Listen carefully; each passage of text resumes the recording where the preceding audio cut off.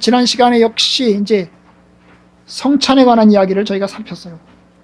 지난 시간에 보았던 게 뭐냐 하면 화채설이었습니다. 떡과 포도주가, 우리가 성찬에서 먹고 마시는 떡과 포도주가 실제로 예수님의 살과 피로 변하는가 하는 것에 대해서 살펴보았죠. 로마 캐톨릭 천주교회는 사제가 들고 기도하는 순간 예수님의 떡과 포도주가 예수님의 몸과 피로 변한다. 그래서 우리는 성찬에서 예수님의 살과 예수의 피를 마신다. 그렇게 가르칩니다. 그것이 화채설입니다. 그런데 이제 우리 개신교회는 떡과 포도주는 그대로 있다. 목사가 기도했던 기도하지 않았던 떡과 포도주는 그대로 있다. 다만 예수님께서 영적으로 우리가 성찬에 참여하는 이 시간에 함께 하셔서 우리가 이제 떡과 포도주를 마실 때 주의 성령께서 우리와 함께 하신다. 이것이 이제 우리가 개신교의 입장이라고 하는 것을 배웠어요. 물론 개신교회는 굉장히 넓기 때문에 성찬에 관한 입장에서 주빙리 같은 상징, 그냥 우리 단지 떡과 포도주를 예수를 기억하면서 먹고 마시는 것이고, 다만 떡과 잔은 예수님의 몸을 상징하는 것이다 라고 생각하는 입장도 있고, 루터같이 예수님의 몸과 예수의 피로 변하는 것은 아니지만 떡과 포도주 그 속에 예수님께서 실제로 같이 계셔서 우리가 떡도 먹고 잔도 마시고 또한 예수님도 같이 먹는다. 떡도 먹고 예수님 잔도 먹는다. 이런 입장을 가진 루터의 입장도 있다는 것을 우리가 지난 시간에 보았어요. 이 성찬에 관한 내용은 개신교 사이에서는 그 당시 지금부터 500년 전에 종교개혁자들 사이에는 굉장히 중요한 문제였어요. 왜냐하면 로마 캐톨릭이 성찬에 관한 것이 너무나 이단적이고 잘못되었기 때문에 로마 캐톨릭에서 나온 이 개신교회는 어떤 면에서 굉장히 이제 급격한 변화와 또 개혁을 요구하였던 것입니다. 제가 요새 이제 에라스무스라고 하는 사람의 글을 보고 있어요. 이 에라스무스 역시 그 당시에 루터와 거의 동시대 사람이, 같은 시대 사람인데, 이 사람은 에라스무스 역시, 이 사람은 이제 지성인 중에 한 사람이거든요. 완전히 이 신부긴 신부예요. 로마 캐톨릭의 신부긴 신부지만 그러나 개신교적인 생각을 가지고 있는 사람. 그런데 이 사람 역시 천주교에서 가지고 있는 생각을 그대로 받아들이질 않아요. 받아들이지 않습니다. 그런 면에서 우리가 이제 개신교회가 성찬에 관한 입장을 로마 캐톨릭과 얼마나 다른가, 이걸 우리가 이제 살펴보는 거지요. 오늘 역시도 볼 수 있어요. 오늘 역시도 이제 80번이 그런 내용을 또 담고 있어요. 로마 캐톨릭과 개신교회가 이 성찬에 관한 입장이 얼마나 다른가를 우리가 이제 80번, 81번, 82번 올 건데 80번에서 우리가 다시 한번 확인할 수 있습니다. 자, 주보의 내용 가운데서 80번을 보도록 하겠습니다. 문은 제가 읽고 답은 여러분이 읽습니다. 좀 길어요. 좀 깁니다. 자, 주의 만찬과 로마 교회의 미사는 어떻게 다릅니까? 주의 만찬은 첫째, 예수 그리스도께서 십자가에서 단번에 주신 유일한 제사에 의해 우리의 모든 죄가 완전히 사해졌음을 확증합니다. 둘째, 성령에 의해 우리는 그리스도에게 연합되었으며 그분의 참된 몸은 지금 하늘에 있고 하나님 우편에서 우리의 경배를 받으심을 확증합니다. 그러나 미사는 첫째, 그리스도가 산 자들이나 죽은 자들을 위하여 사제들에 의해 지금도 매일 드려지지 않으면 그리스도의 고난을 통한 죄사함을 받지 못한다고 가르칩니다. 둘째, 그리스도는 떡과 포도주의 형체 속에서 몸으로 존재하기 때문에 떡과 포도주를 통해 경배를 받아야 한다고 가르칩니다. 그러므로 미사는 근본적으로 그리스도의 단번에 제사와 고난을 부인하는 것이며 저주받을 우상 숭배입니다. 네. 자, 이 80번을 보면 로마 캐톨릭의 미사, 천주교의 미사와 주의 만찬, 우리 개신교의 주의 만찬, 성찬이라고도 하죠. 주의 만찬이 어떻게 다른가를 보여줍니다. 여기 보면 두 가지 면에서 달라요. 두 가지 면에서 달라요. 그 첫 번째는 보면 우리 개신교회는 예수님이 십자가 위에서 2000년 전에 이미 십자가에서 우리를 위해서 십자가에 못 박혀 죽으셨는데, 이 십자가에 못 박혀 죽으신 것으로 뭐예요? 모든 제사가 다 끝났다. 그리고 우리의 모든 죄가 예수 그리스도를 믿을 때 우리의 모든 죄가 다 용서받았다. 이것이 우리가 믿는 겁니다.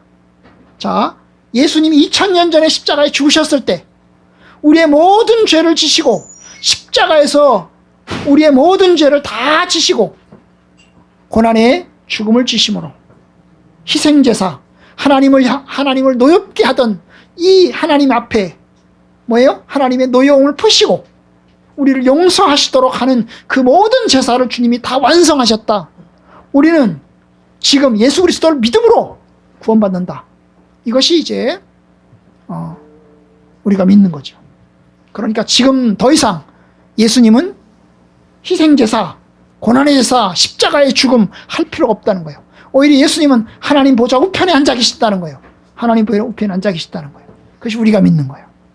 그런데 천주교회는 이야기합니다. 여기 보면 이제 미사는 첫째, 천주교회는 그리스도가 산자들이나 죽은 자들을 위해서 사제들에 의해서 지금도 매일 드려지지 않으면 그리스도의 고난을 통한 죄사함을 받지 못한다고 가르칩니다. 천주교가 말하는 게 뭐예요? 지금도 예수님의 제사가, 희생제사가 지금도 계속되고 있다는 거예요. 지금도 계속 되어야 한다는 거예요. 언제? 사제들에 의해서 드려져야 된다는 거예요. 사제들에 의해서 지금도 그리스도를 하나님께 올리는 제사를 계속해서 드려야 된다는 거예요. 그것이 천주교의 가르침이죠. 뭐 그거나 별 차이가 있지 않을까? 여러분, 엄청난 차이가 있습니다. 왜냐하면 그것은 예수님이 2000년 전에 십자가에 죽으신 것을 완전히 끝내셨다고 하는 것을 부정하는 거죠. 지금도 계속해야 된다면, 예수님이 지금도 십자가에 못 박혀서 계속 못 박혀 죽으셔야 된다면 한 번에 이루셨다는 것을 부정하는 것입니다. 여러분, 구약시대에는 제사장들이 매일마다 제사를 지냈습니다. 아니, 매년마다 제사를 지냈고 매주마다 제사를 지냈습니다. 왜냐하면 동물을 갖다 바치는 거 있잖아요.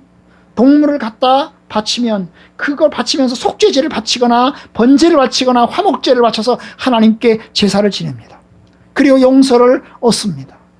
용서를 받아요. 그리고 다시 또 죄를 지으면 어때요? 다시 하나님께 또 제물을 가져와서 또 하나님 앞에 바치면서 우리의 죄를 용서해달라고 하는 거죠. 이스라엘의 속죄제는 1년에 한 번, 매년마다 한 번씩 했는데요. 그 1년에 한 번 바치는 속죄제는 1년 동안의 죄를 하나님 앞에 고해 바치고 그 모든 죄를 용서받는 겁니다. 그러면 다시 또 1년 지나고 나면 또 속죄일 날 되면 다시 속죄제를 또 바쳐서 하나님께 지난 1년 동안의 모든 죄를 용서해 주시고 다시 용서해 달라는 거예요. 여러분, 그렇게 하는 것이 속죄제예요. 그래서 제사장들은 매년마다 매일마다 제사를 드렸습니다. 그런데 여러분, 예수님이 오신 이후에 제사는 없어졌죠. 제사장들이 바치던 제사는 없어졌습니다. 우리는 더 이상 제사를 바치지 않습니다. 제물을 바치지 않습니다. 왜냐하면 예수님이 십자가에 못 박혀 죽으신 것으로 우리의 모든 죄를 다 끝내셨다는 거예요. 히브리서에 우리가 읽은 말씀 7장을 보면 주님이 단 한 번에, once for all, 단 한 번에 주님이 끝내셨다는 것을 선포하고 있습니다. 히브리서 7장 26절, 27절. 이러한 대제사장은, 예수님을 말합니다. 이러한 대제사장은 우리에게 합당하니 거룩하고 악이 없고 더러움이 없고 죄인에서 떠나 계시고 하늘보다 높이 되시니라. 그는 온전하신, 예수님은 죄가 없으신 분이에요. 주님은 깨끗하신 분이에요. 주님은 온전히 악이 없으시고 거룩하신 분이세요. 그러니 우리의 충분한 제물이 되실 자격이 있는 분이세요.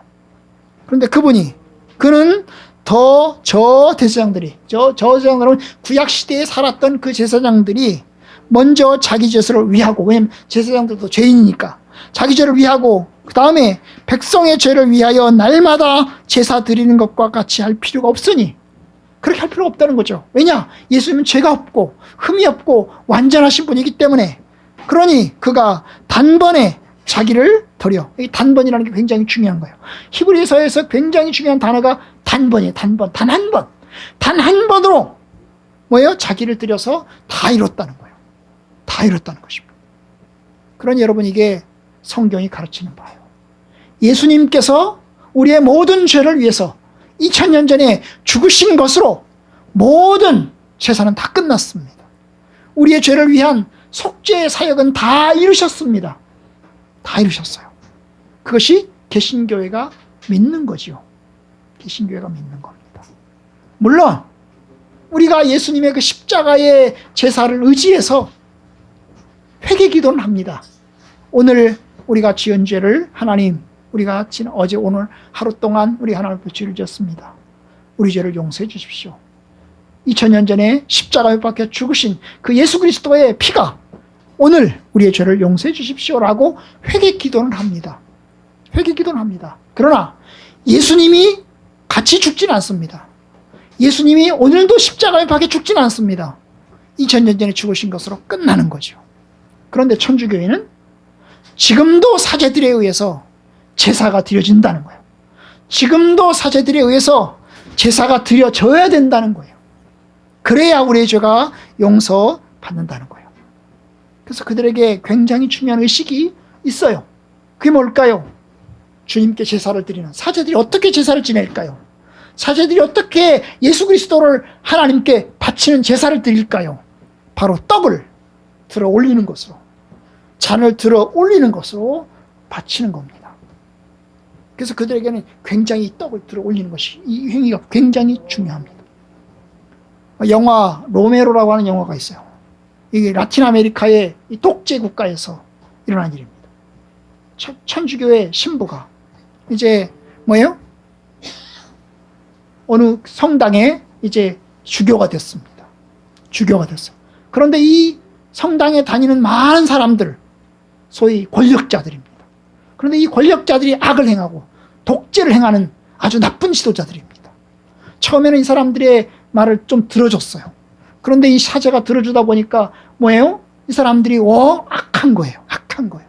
그래서 결국 이제 자기 교구에 있는 이 권력자들도 있고 가난한 사람들도 있는데, 가난한 사람들도 성도들이죠. 근데 가난한 사람들 집을 신방하다 보니까 너무나 이 권력자들에 의해서 압박을 받는 것을 느끼는 거예요. 그래서 이 사람이 이제 누구 편에 서냐면 권력자의 편에 서지 않고 이 가난한 성도들의 편에 섭니다. 그리고 이제 이 권력자들에게, 권력자 성도들이죠. 그 사람은 성도들입니다. 그 성도들을 향해서 이야기합니다. 여러분들 이렇게 하십시오. 이렇게 하지 않으면 안 됩니다. 이 사람들 있지 않습니까? 이렇게. 결국 어떻게 할까요? 이 권력자들이 주교를 총으로 쏴 죽입니다.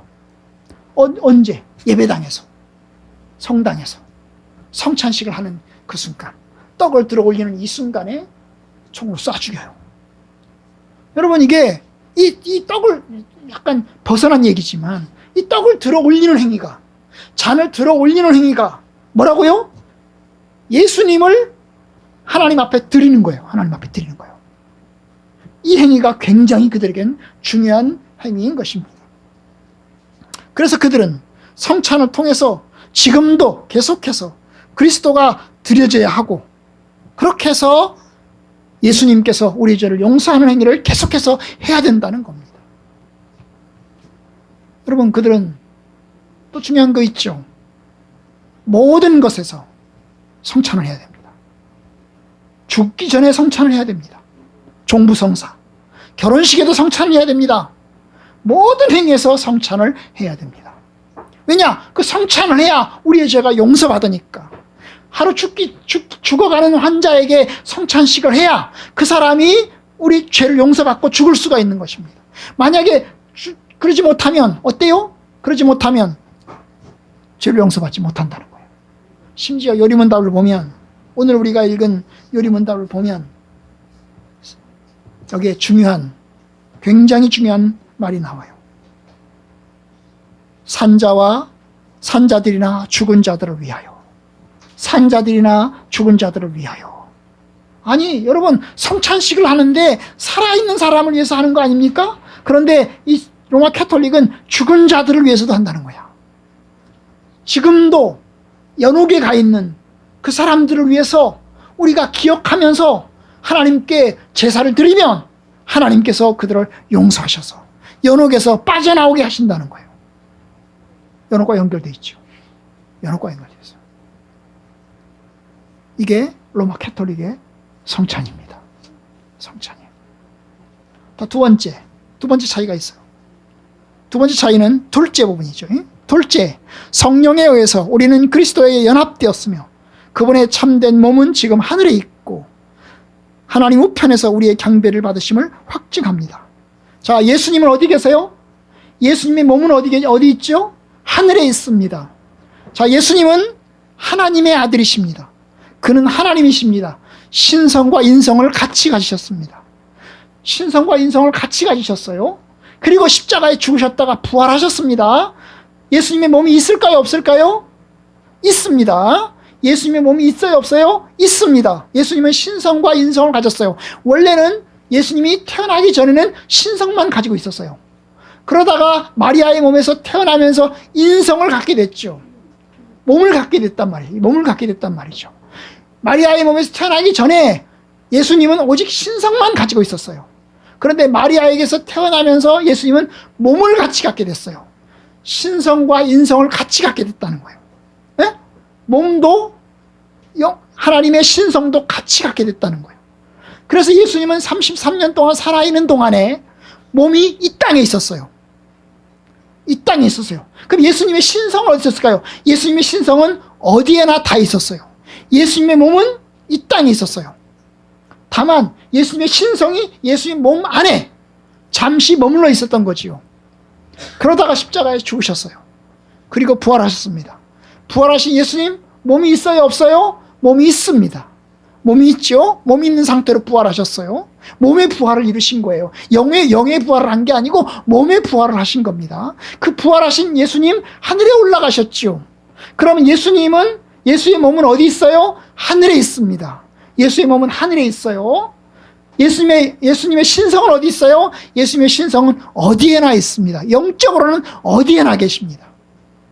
몸은 하늘에 있고 예수의 몸은 어디에나 있습니다. 이게 우리가 개신교회가 갖는 입장이에요. 그런데 여러분, 천주교회는 어떻게 얘기합니까?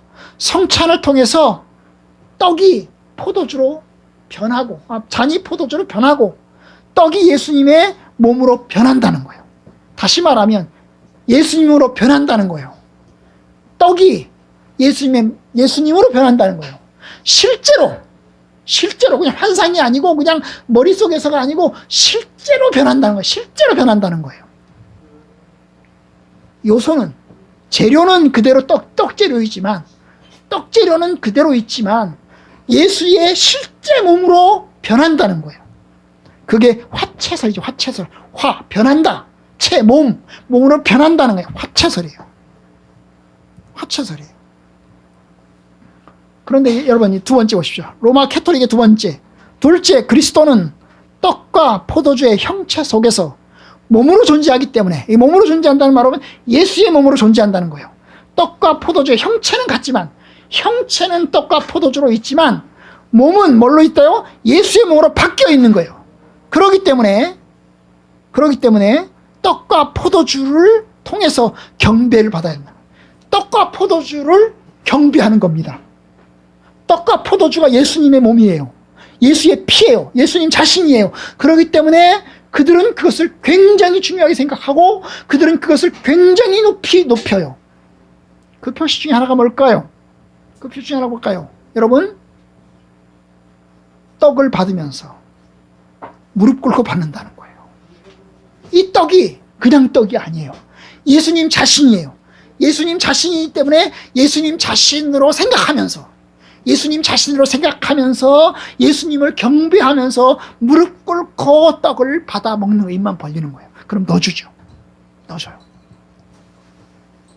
또 하나는 잔을 주지 않는 거예요.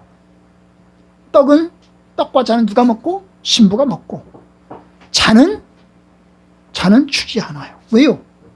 쏟아질까봐, 흘릴까봐. 쏟아지거나 흘리면 그것은 곧 예수 그리스도가 흘리는 거니까, 예수 그리스도가 쏟아지는 거기 때문에 그 위험성을 생각해서 주질 않아요. 오히려 신부만 먹어요. 신부만 먹어요. 근데 우리는 개신교는 어때요? 받을 때 엎드려 무릎 꿇고 받습니까? 아니죠. 그냥 앉은 채로 받습니다. 그렇게 높이지 않은 거예요. 그렇게 떡과 잔을 신성시하지 않는 거예요. 그런데 로마 캐톨릭은 떡과 잔을 굉장히 신성시한다는 거예요. 굉장히 신성시한다는 거예요. 이게 다른 겁니다. 그래서 이제 개혁자들은 여기 얼마나 강한 표현을 썼어요.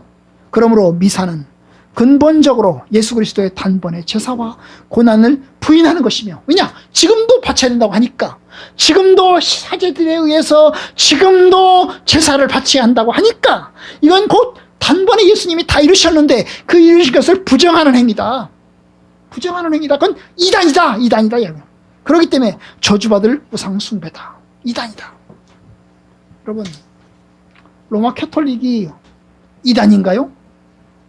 이단인가요? 아니면 우리 형제인가요? 여러분, 이걸 보시면 이단입니다. 로마 캐톨릭은 이단이에요. 이단. 이단이에요.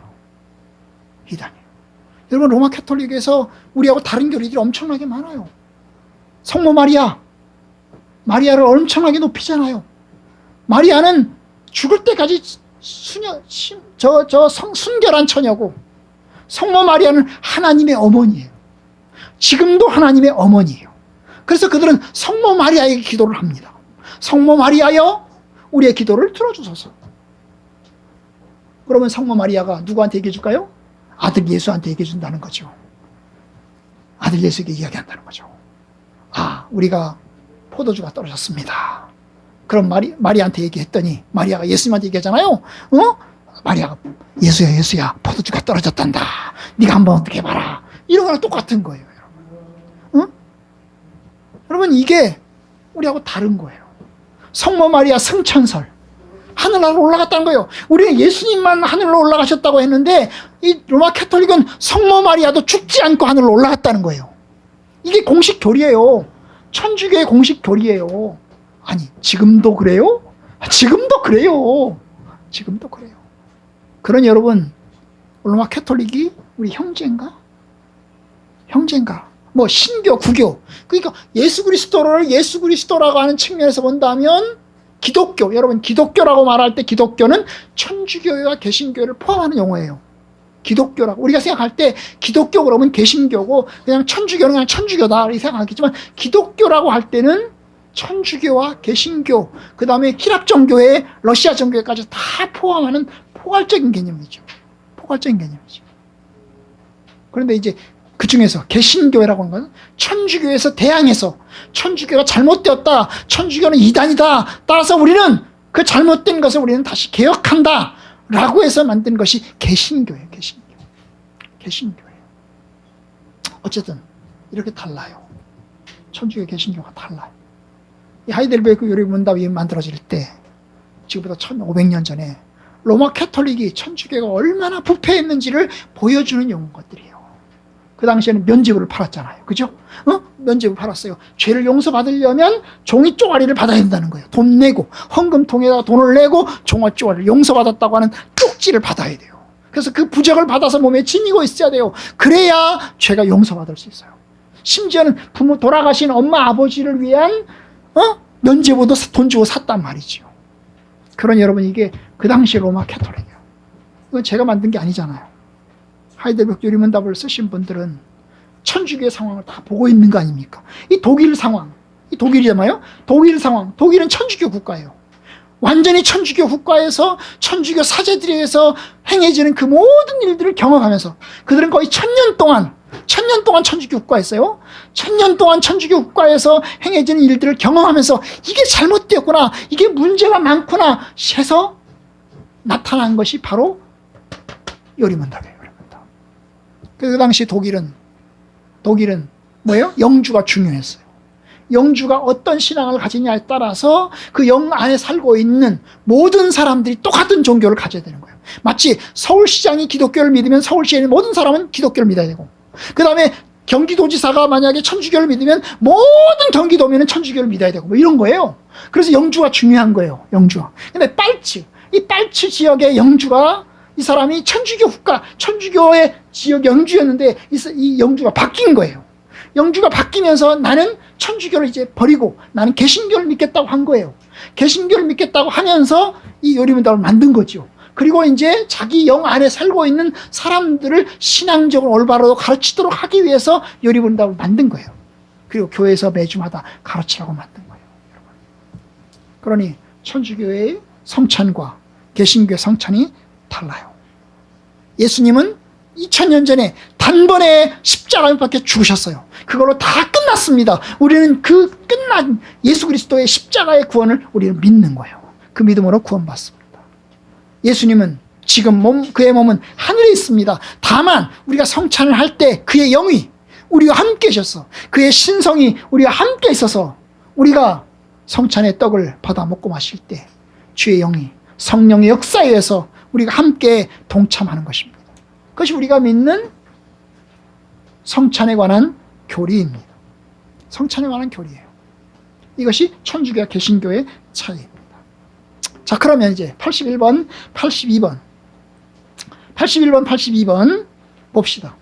81번, 누가 주의 상에 참여해야 합니까?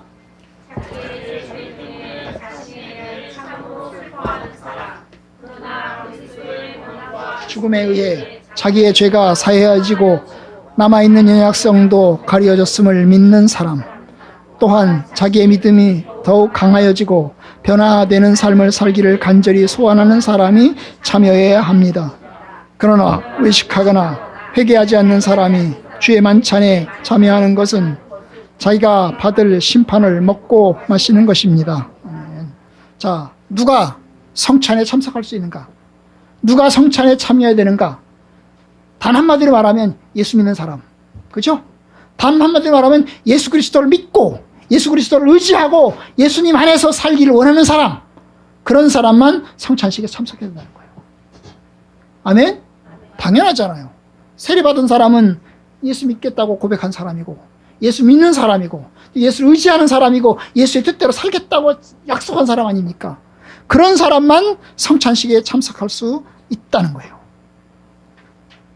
단지 세례받았다고 성찬식에 참석하는 게 아니고, 예수 믿겠다고 고백하고 예수를 의지하고 예수의 뜻대로 살겠다고 하는 사람만 성찬식에 참석할 수 있다는 거예요. 왜 요리문답이 이렇게 나왔을까요? 왜 81번과 같은 요리문답이 나왔을까요? 여러분, 당시 유럽은 모든 사람이 세례를 받았어요. 태어나면 다 세례를 받았어요. 영주에 따라서, 영주의 명령에 따라서 야, 세례 받아라. 그러면 다 받는 거예요. 믿음이 있든지 없든지 다 세례 받는 거예요. 세례 안 받으면 죽어요. 세례 안 받으면 죽어요. 그렇게 하면 세례를 받아야 되는 거예요. 그러면 세례 받은 사람들, 자기 영주, 팔주 영주 안에 살고 있는 모든 사람이 다 세례 받은 사람이에요. 세례 안 받은 사람 한 사람도 없어요. 모든 사람이 세례 받은 사람들인 거예요. 그럼 세례 받았다고 신자인가요? 세례 받았다고 예수 그리스도를 올바로 믿는 사람들인가요? 그건 아니잖아요. 그죠? 세례 받았어도 엉터리로 사는 사람들이 엄청나게 많은 거예요. 그러니까 바로 그 상황이에요. 그 상황, 이 독일 상황을 염두에 두고 보시는 거죠. 우리나라는 좀 다르죠. 우리나라는 예수 믿는 사람들만 교회에 나와요. 심지어 예수 믿는 사람도 교회 안 나와요. 예수 믿는 사람들만 성찬식에 참석을 해요. 그죠? 성찬식에 참석을 해요. 내가 예수 믿겠다고 하는 사람은 성찬식에 참석하죠. 그러니까 다르죠. 달라요. 이런 요리문답이 나온 이유는 유럽 상황인 것을 염두에 두셔야 합니다. 그러나 외식하거나 회개하지 않는 사람이 주의 만찬에 참여하는 것은 자기가 받을 심판을 먹고 마시는 것입니다. 여러분, 우리나라도 그런 일들이 가끔씩 있어요. 사회 지도층 인사가 방문을 했어요. 그럼 그 사람에게 성찬식을 하는 시간인데 성찬을 줄 건가 말 건가? 우리나라에 그런 일이 벌어졌죠. 바로 지난 부활절 때 누가 성찬식에 참석했죠? 윤석열 대통령이 성찬식에 참석을 했어요. 명성교회당에서 이루어진 그 부활절 예배에 윤석열 일당이 참석을 했단 말이죠. 그리고 거기서 성찬식에 참석을 하는 거죠. 세상에. 아니, 윤석열이가 세례 받았을 수 있어요. 17살 때인가 15살 때인가 세례 받았을 수 있어요. 그럼 그 이후부터 지금까지 계속 교회 생활을 해왔나요? 안 했단 말이죠. 그럼 지금은 교회 생활 하고 있나요? 교회 생활 하고 있지 않아요. 그 사람이 예수를 믿고 있는지 안 믿고 있는지 알 수도 없어요. 그런데 성찬식에 참석을 했단 말이죠. 여러분, 이게 타락한 거예요. 타락한 거예요. 성찬에 참석하는 자, 예수를 믿는 자가 참석하는 거예요. 회개하고 예수 그리스도를 고백하고 주를 의지하는 자가 참석하는 겁니다. 그래서 이제 참석할 때 뭐라고 얘기합니까? 자기를 점검해야 된다는 거예요. 우리가 읽은 고린도전서 11장을 보세요. 11장에 보면 성찬에 관한 가르침인데, 성찬에 관한 가르침을 하면서 사도 바울이 이야기를 합니다. 뭐라고 얘기를 합니까? 11장 27절. 그러므로 누구든지 주의 떡이나 잔을 합당하지 않게 먹고 마시는 자는, 합당하게, 주의 떡과 잔을 합당하게, 어떻게 하는 게 합당하게 먹고 마시는 걸까요? 믿음을 가지고 먹는 거죠. 그 주의 떡과 잔이 만들어진 그 의미 안에서 참석하는 거예요. 주의 떡과 잔을 합당하지 않게 먹고 마시는 자는 주의 몸과 피에 대하여 죄를 짓는 것이다. 죄를 짓는 것이다. 합당하게 먹어야만 된다는 거죠. 합당하게 먹어야 된다는 거죠. 28절, 사람이 자기를 살피고 그 후에야 자기 자신을 점검하고, 내가 예수 믿는 사람인가, 내 예수 그리스도를 의지하고 있는 건가 점검하고, 그리고 떡을 먹고 이 잔을 마실지니. 29절, 주의 몸을 분별하지 못하고 먹고 마시는 자는 자기의 죄를 먹고 마시는 것이니라. 뭘 먹고 마신다고요? 죄를 먹고 마신다. 죄를 더하는 거예요. 이게 죄를 더하는 것입니다. 죄를 더하는 것입니다. 그러니 이것은 여러분, 하나님의 선한 뜻이 아닙니다. 선한 뜻이 아니에요. 우리가 예수 그리스도를 믿을 때, 예수 그리스도를 의지할 때 우리의 죄가 용서받습니다. 사실 우리가 예수를 믿어도 우리의 연약함이 그대로 있어요. 하지만 예수님 안에서 우리 연약함도 다 가려지고 주님의 은혜로 우리가 온전케 됩니다. 주의 은혜입니다. 주의 은혜죠. 그게 주의 은혜입니다. 그런데 여러분, 위선적으로 참석하는 사람들도 있다는 거예요. 그 당시에 위선적으로 참석하는 사람들이 있는 거예요. 여러분, AD 300년까지, 330년까지 기독교는 박해를 받았어요. 교회에 나가서 예배드리는 것은 굉장히 큰 사실이 밝혀지면 그는 박해를 받고 죽임을 당할 수 있었어요. 그러다가 어느 날 갑자기 기독교 국가가 됐어요. 황제의 어머니가 예수를 믿었는데 황제가 전쟁터에 나가게 된 거죠. 근데 전쟁터에 나가는 중에 꿈을 꿨어요. 그 꿈 속에서 십자가 모양을 봤어요. 십자가를 봤어요. 그리고 그 황제가 이제 꿈에서 깨어나가지고 자기 국기의 깃발을 십자가 깃발로 만들었어요.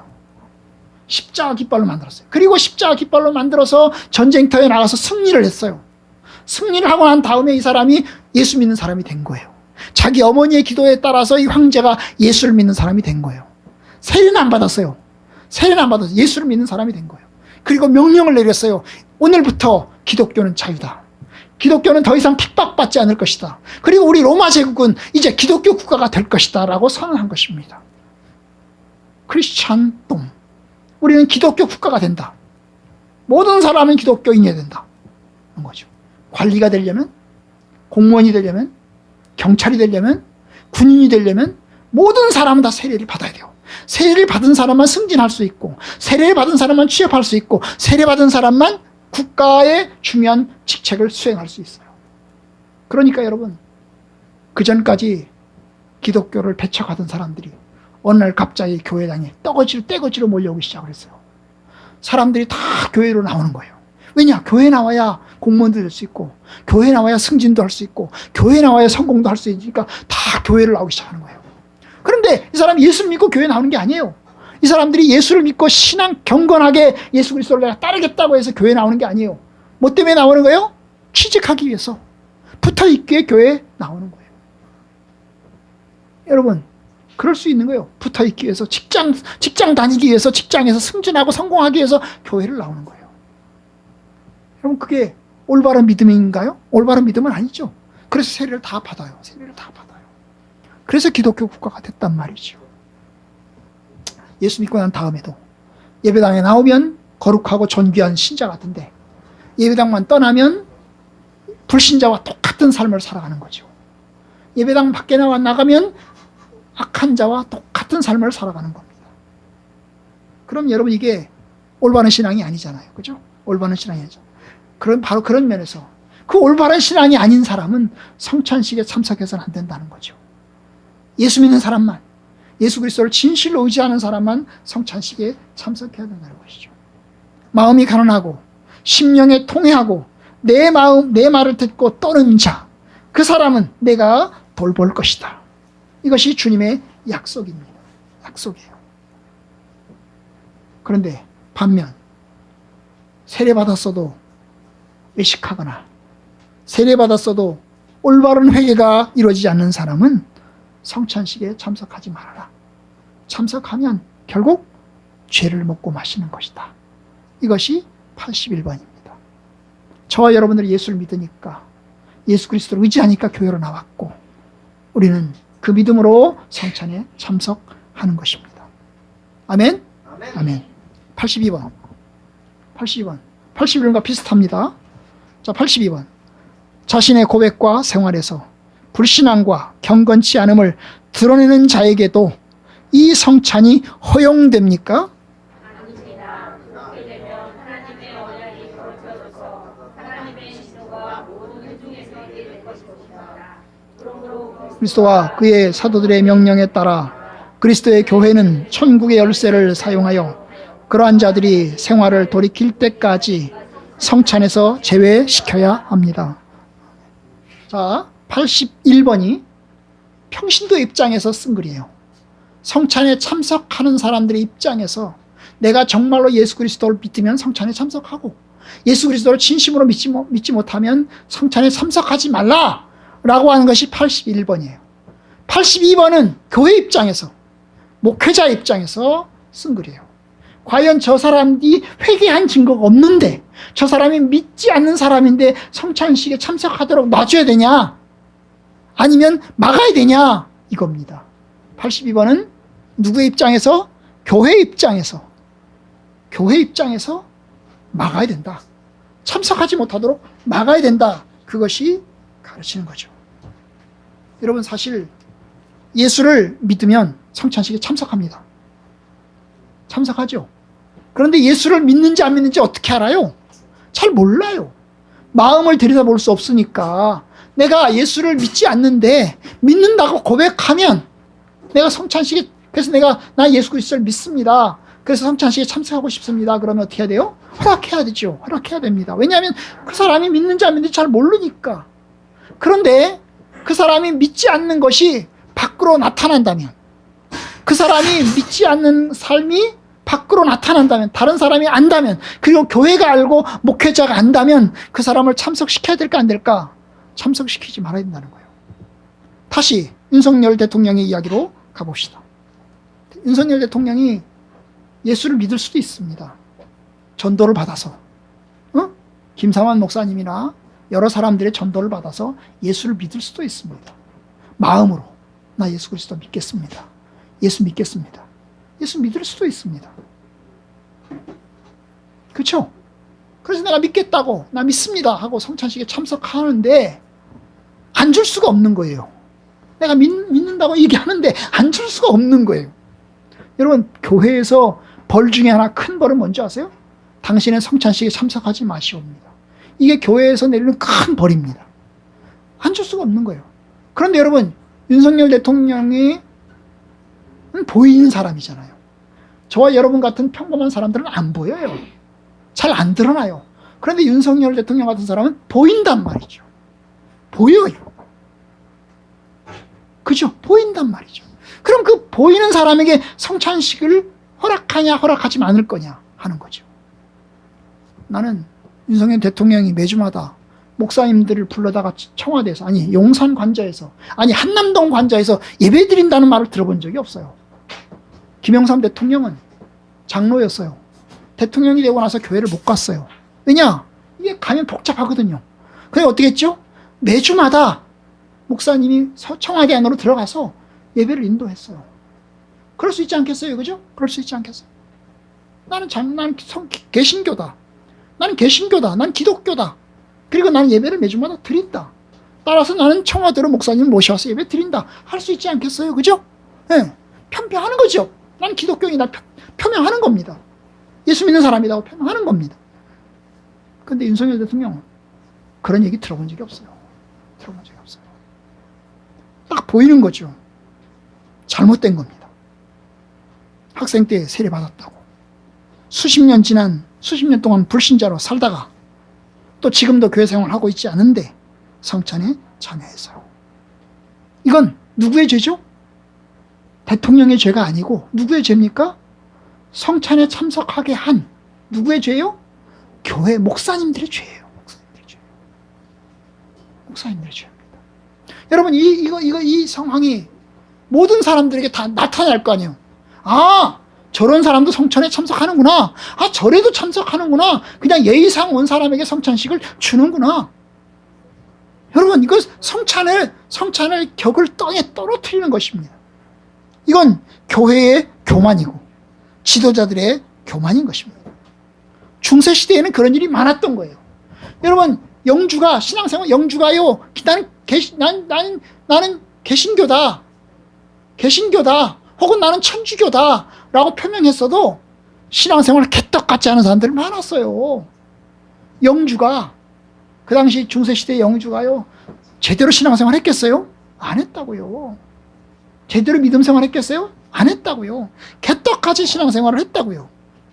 그런데 성찬식에 참석을 시키는 거예요. 영주님이니까. 황제니까 성찬식에 참석시키는 거예요. 황제라고 배제시킬 수 없잖아요. 황제니까. 여러분, 이게 종교와 국가와의 관계가 여러 형태가 있습니다. 우리 장로교회는, 우리나라는 종교와 국가는 별개입니다. 그죠? 종교와 국가는 별개예요. 그래서 이제 종교 지도자가 대통령이 되는 게 아니고 또 대통령이라고 해서 꼭 기독교인이 되어야 되는 건 아닙니다. 별개죠. 그죠? 그걸 정교 분리라고 합니다. 그죠? 정교 분리. 종교와 정치는 분리가 된다는 겁니다. 근데 여러분, 영국은 어때요? 영국은 성공회입니다. 성공회는 뭘 얘기하죠? 국가가 성공회 국가예요. 그러면 영국의 왕은 어느 종교일까요? 성공회죠.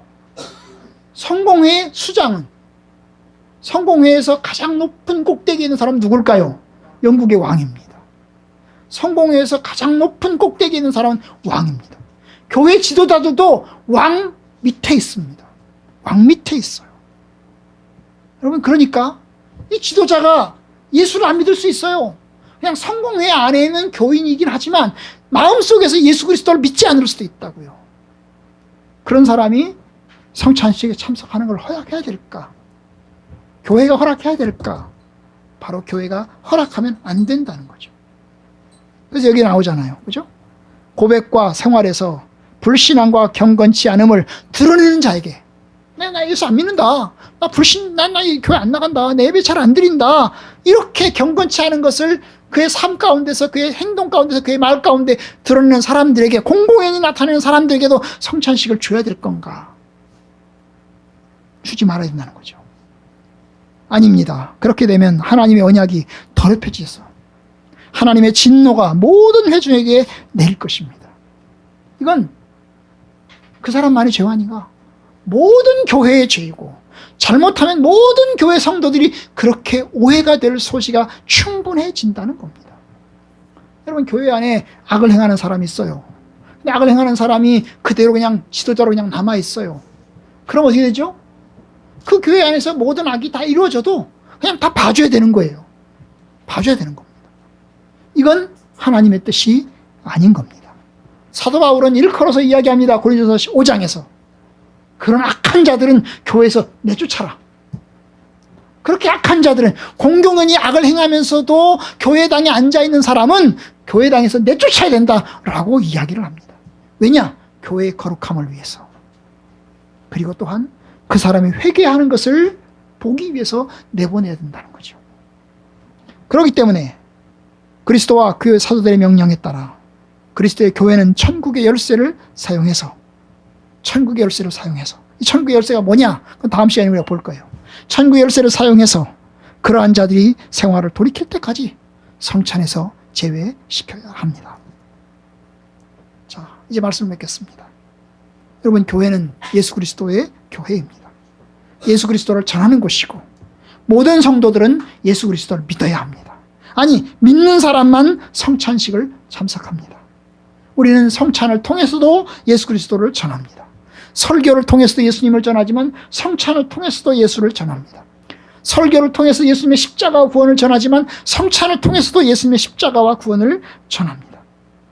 그러니 예수 그리스도를 믿는 자가 성찬에 참석하고 예수 그리스도를 믿지 않는 자는 성찬에서 제외되어야 합니다. 열매 없는 자가, 믿음이 없는 자라도 성찬에 참석하려면 회개해야 되겠죠. 그 회개 또한 검증되어야 됩니다. 이 사람의 회개가 진실되구나, 이 사람의 회개가 참되구나, 그러면 성찬식에 참석시켜야 합니다. 교회는 교회 되게 만들 것이 교회의 목적이고 교회는 거룩하게 되는 것이 하나님의 뜻이기 때문입니다. 사실 우리는 다 부족합니다. 연약합니다. 우리 연약함이 다 있어요. 어떻게 보면 완벽한 사람만 성찬식에 참석하라면 아무도 성찬식에 참석하지 못합니다. 그래도 성찬식에 참석하는 것은 예수 그리스도를 믿는 겁니다. 그리고 예수 그리스도를 믿는 믿음을 여러 사람 앞에 고백하는 겁니다. 세례받은 사람이 성찬식에 참석하는 이유는 그 세례받을 때 내가 예수를 믿겠다고 하는 고백이 모든 성도들에게 나타났기 때문입니다. 아, 저 사람이 예수를 믿겠다고 했어. 저 사람이 예수 그리스도를 고백하겠다고 고백했어. 그러니 저 사람은 교인이야. 그래서 우리는 그 사람에게 세례를 주는 겁니다. 아멘? 그렇죠? 그렇습니다.